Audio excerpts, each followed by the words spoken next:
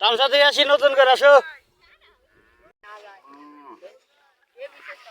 তো অনেক লোক আসছে দেখি, গণমাধ্যম কর্মীরা। তো আমিও যাই দেখি এখানকার সর্বশেষ পরিস্থিতি কেমন।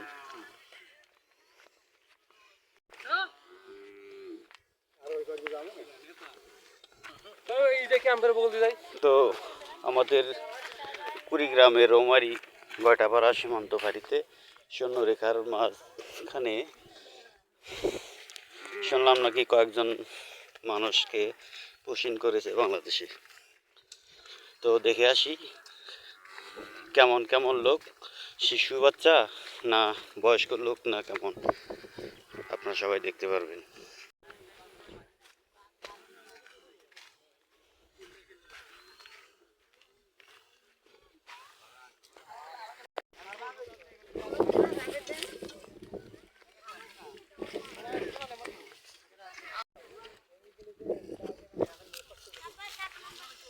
কাকা ভালো আছেন? তোমরা কি দেখেছো না মাত্র আসলা? ও আচ্ছা, ঠিক আছে, আমরা যাই দেখি, একটু দেখে আসি। আমার গ্রিন বাংলা টিভিতে দেখতে পারবা, ইউটিউব চ্যানেল। তো দর্শক, আমরা দেখি, আমরা সৈন্যরেখার কাছাকাছি আসলাম, যেখানে পুশিন করে ভারত থেকে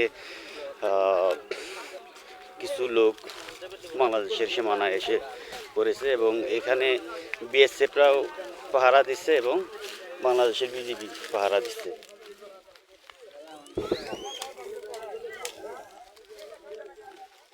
চাচা ভালো আছেন? কি দেখলেন কিবা কি কেমন? দেখলে ভারতের লোক আসছে।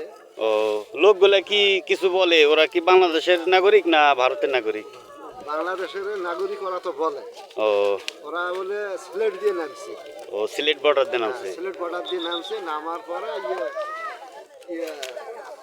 ইজ্জার আর কি হ্যাঁ হ্যাঁ, ধরা পড়ছে, ধরা পড়ে ওরা নামে দিছে। তো আমাদের এই আসাম প্রদেশের বা বাংলাদেশের কুড়িগ্রাম রৌমারী এই বর্ডারে নামাই দিচ্ছে। বর্ডারে নামে দিছে। ও আচ্ছা, নামে দিছে।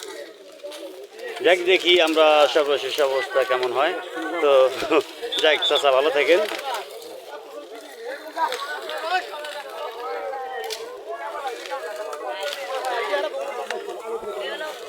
তো দেখি ওই লোকগুলো কেমন অবস্থা আছে।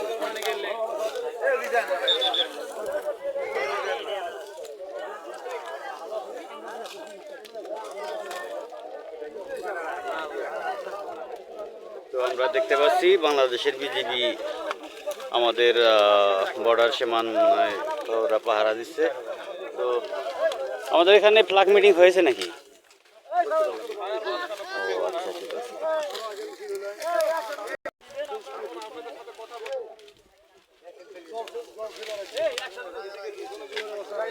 তো আমরা একটু দূরে দেখতে পাচ্ছি। তো আমাদের এই সীমানাটা হলো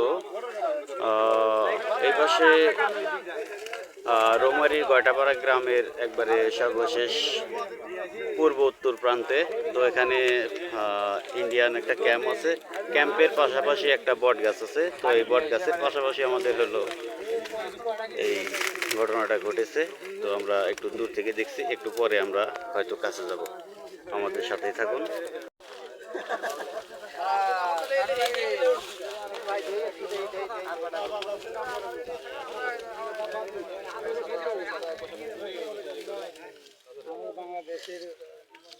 তো প্রচন্ড রোদ আজকে।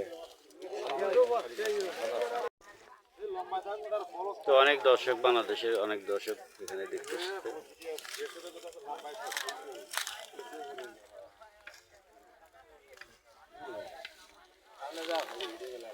যাই, তো আমরা দেখছি যে কয়জন লোক পুশিনে আসছে, তো তাদের একটু সেবা করার জন্য বাংলাদেশ থেকে অনেক লোক ওখানে চলে গেছে। তো এখানে বিজিবি আছে তাদের সাথে এবং ওই পাশে বিএসএফও আছে।